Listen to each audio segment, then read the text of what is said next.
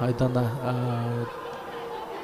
Оторбаева чыгарды. Боронбекова сокку жана жыйынтыгы Сайора Саидова.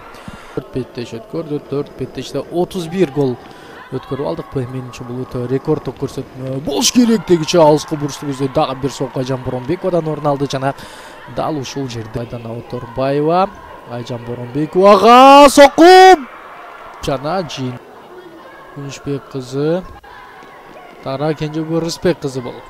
Жакшы пас сокку жана кайрадан Сайора Саидова. Ийгилик болуп чыкты.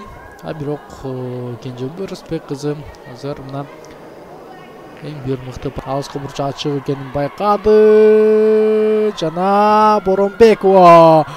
Ой, кандай кооптуу, кубаттуу сокку болчу.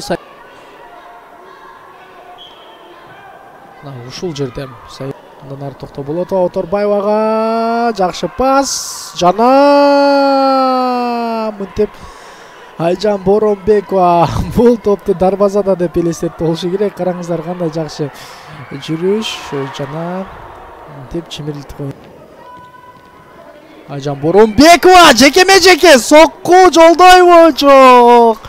Эң соңку көз ирмемде Сайора Саидованын буту топко тийип калды. Боронбекова болсо алгач бардык оюнчуларды артта калтырганда бул жерде эң соңку Сайора Саидованы жазгырып өттүр. Андан кийин токто Болотова чыгарган узун пас. Айжан Боронбекова дагы бир сокку жолдонот жана бул ирет Тажикстан оюнчулары өзүнүн дарбазасына автогол киргизе ала жаздады.